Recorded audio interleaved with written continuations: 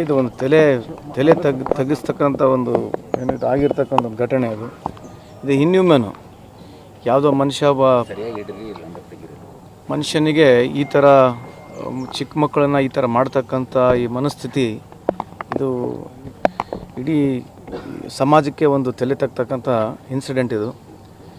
ಈಗ ಆಲ್ರೆಡಿ ನಾನು ಇವತ್ತು ಬಂದು ಈಗ ತಾನೇ ಮಗುನ ನೋಡಿದ್ರೆ ನೋಡೋಕ್ಕೂ ಆಗಲ್ಲ ಆ ಪರಿಸ್ಥಿತಿಯಲ್ಲಿ ನಾವು ಇದ್ದೀವಿ. ಸೊ ಪೊಲೀಸರವರು ಆಮೇಲೆ ಸಾರ್ವಜನಿಕರು ಅದನ್ನು ಇಮಿಡಿಯೇಟಾಗಿ ಆರೋಪಿನ ಹಿಡ್ಕೊಂಬಂದು ಸ್ಟೇಷನಿಗೆ ಪ್ರೊಡ್ಯೂಸ್ ಮಾಡಿದ್ದಾರೆ.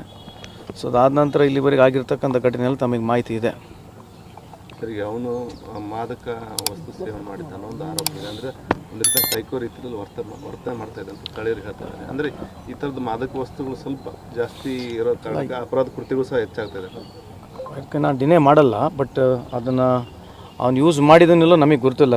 ಈಗ ನಮಗೆ ಪೋಸ್ಟ್ಮಾರ್ಟಮ್ ರಿಪೋರ್ಟ್ನಲ್ಲಿ ಬರುತ್ತೆ. ಬಟ್ ಈ ವ್ಯವಸ್ಥೆಗಳಲ್ಲಿ ಇವತ್ತಿದ್ದಾವೆ ಆ ಥರ ಮಾರಕ ವಸ್ತು. ನೀವೇನು ಡ್ರಗ್ ಬಗ್ಗೆ ಮಾತನಾಡ್ತಿದ್ದೀರಿ, ಅವು ಇದ್ದಾವೆ, ಇಲ್ಲ ಅಂತ ಹೇಳ್ತಾ ಇಲ್ಲ.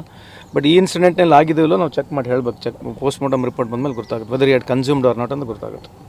ಸರಿ, ಅದೇ ಸರ್ಕಾರದ ಅಲ್ಲ, ಮಾನ್ಯ ಮುಖ್ಯಮಂತ್ರಿಯವರು ನಿನ್ನೆ ತಾನೇ ನಮ್ಮ ಯಾರು ಸಲೀಂ ಅಹಮದ್ರವರು ಇಲ್ಲಿ ಬಂದು ಹೇಳಿದ್ದಾರೆ 10 ಲಕ್ಷ ರೂಪಾಯಿವರೆಗೆ ಸನ್ಮಾನ್ಯ ಮುಖ್ಯಮಂತ್ರಿಯವರು ಸರ್ಕಾರ ಕೊಡ್ತಂತ ಹೇಳಿದ್ದಾರೆ.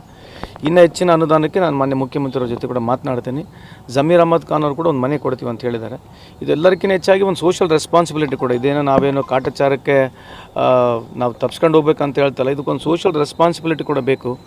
ಸೊ ಹಂಗಾಗಿ ಸಾರ್ವಜನಿಕರು ಇಂಥ ಒಂದು ಇನ್ಸಿಡೆಂಟ್ಗಳಾದ ನಂತರ ನಾವು ಕೂಡ ಸ್ವಲ್ಪ ಹೆಚ್ಚು ಮಾಡಬೇಕು. ಆಮೇಲೆ ಎಲ್ಲೆಲ್ಲಿ ಈ ಥರ ರಿಮೋಟ್ ಪ್ಲೇಸಸ್ಗಳಿದ್ದಾವೆ, ಪೊಲೀಸ್ ಇಲಾಖೆಯವರು ಕೂಡ ಹೆಚ್ಚಿನ ಗಮನವನ್ನು ವಹಿಸ್ತೀವಿ. ನಾವು ಇನ್ನು ಮುಂದುಗಡೆ ಕ್ಯಾಮ್ರಾ ಕೂಡ ಇಲ್ಲ, ಕೆಲವು ಜಾಗದಲ್ಲಿ ಇಲ್ದಿರಂತಲ್ಲಿ ಕ್ಯಾಮ್ರಾಗಳನ್ನ ಅಳವಡಿಸ್ತೀವಿ.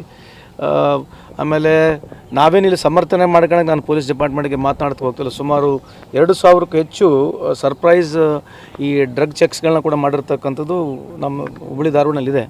ಸೊ ಈ ಇನ್ಸಿಡೆಂಟ್ ಆಗಿರ್ತಕ್ಕಂಥದ್ದು ನಿಜಕ್ಕೂ ಇದು ಇನ್ಹ್ಯೂಮನ್ ಇನ್ಸಿಡೆಂಟು. ಯಾನೋ ಮೆಂಟಲಿ ಸಿಕ್ ಇಂಥ ಮಾಡ್ತಕ್ಕಂಥದ್ದು ಸಾಧ್ಯತೆ ಇದೆ ಅಂತ ನನ್ನ ಭಾವನೆ.